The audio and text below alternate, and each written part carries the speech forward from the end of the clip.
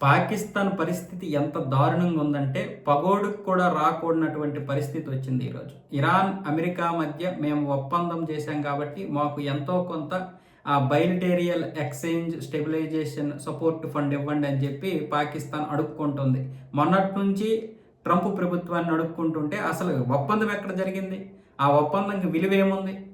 ఒప్పందం జరిగిన 2 రోజుల తర్వాతే అమెరికా, ఇరాన్ ఒక్కసారిగా గుద్దులాడుకోవడం మొదలుపెట్టాయి.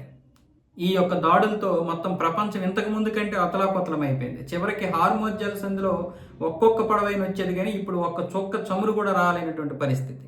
ఇలాంటి పరిస్థితుల్లో ఇప్పుడు ఇంచుమించు $100 బిలియన్ అటు అమెరికాకి చెందినటువంటి కాంగ్రెస్ సభ ఆమోదించాల్సినటువంటి పరిస్థితి వచ్చింది. ఇప్పటికే దీనికి సంబంధించి పెంటగాన్ ఏమొచ్చేసి పెద్ద నివేదిక విడుదల చేసింది.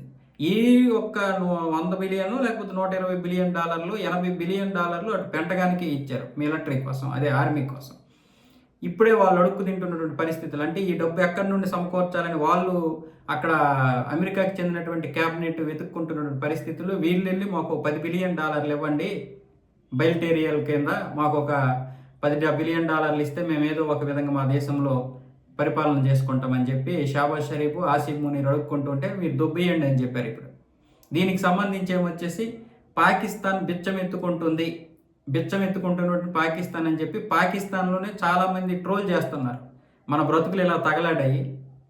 పైగా వీళ్ళు శాంతి చర్చల కోసం ఏ హోటల్కి అయితే ఇక్కడ రప్పించారో పాకిస్తాన్లో మీటింగ్లు జరిపారో ఆ హోటల్కి కూడా డబ్బులు ఇవ్వకపోతే దీనికి సంబంధించినటువంటి మీటింగ్లు ఒక 5 స్టార్ హోటల్లో పెట్టారు. ఆ 5 స్టార్ హోటల్కి వీళ్ళు బిల్లులు కూడా చెల్లించకపోతే ఆగా ఖాన్ అనే ఒక ఫౌండేషను ఈ యొక్క బిల్లులు కట్టాల్సి వచ్చింది.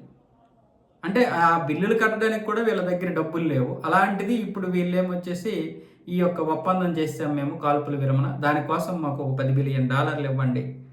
IMF దగ్గర ఎలాగో మా పరువు పోయింది. IMF కూడా ఇప్పుడు $7 బిలియన్ ఇవ్వాలని ఒప్పుకుంది. అందులో కొంత ఇచ్చింది, ఇంకా కొంత ఇవ్వలేదు. సో మీరైనా కొంచెం డబ్బులు ఇస్తే మేము అక్కడ ఏదో ఒక విధంగా పరిపాలన చేసుకుంటున్నాం. పాకిస్తాన్లో ఆర్మీకి తప్ప ఎవరికి జీతాలు ఇవ్వలేదు. ఆర్మీకి కూడా ఎందుకు ఇస్తున్నారంటే వాళ్ళకి ఇవ్వకపోతే తాట తీసేస్తారు. వాళ్ళ గురించి వీళ్ళకి తెలుసు. అందుకే ఇప్పుడు ఆర్మీకి తప్ప ఎవరికి జీతాలు ఇవ్వలేదు. సో ఈ నేపథ్యంలో అక్కడికి వెళ్ళి అడుక్కుంటుంటే వాళ్ళేమొచ్చేసి చేతులు వేస్తున్నారు. అరే మా కాడే డబ్బులు లేవు, మేమే ఇప్పుడు ఈ యుద్ధం గురించి డబ్బులంతా కూడా చేస్తున్నాము, సర్దుబాటు చేస్తున్నాము. అసలు దేనికిరా ఇప్పుడు మీకు ఇవ్వాలి డబ్బులు? మీ వల్ల ఏం జరిగిందని, ఏ ఒప్పందం జరిగిందని, నిజంగా పోనాక ఒకవేళ యుద్ధం ఆగిపోతే ఏదో ఒకలాగా ఇస్తాం. $10 బిలియన్ కాకపోయినా $1 బిలియన్, $2 బిలియన్, కనీసం $10 మిలియన్ అయినా ఇచ్చేవాళ్ళు. ఇప్పుడు అమెరికా ఇస్తుందా? అసలు అమెరికా ప్లాన్ ఏంటి? పాకిస్తాన్ను ముందు నడిపించి ఏదో ఒక విధంగా కాల్పుల విరమణ చేశామని చెప్పుకోవడం. కానీ అది ఎంతవరకు యుద్ధం నడపాలనేది అమెరికాకి తెలుసు, ట్రంప్కి తెలుసు. పాకిస్తాన్ని జస్ట్ పావుగా వాడుకున్నాడు.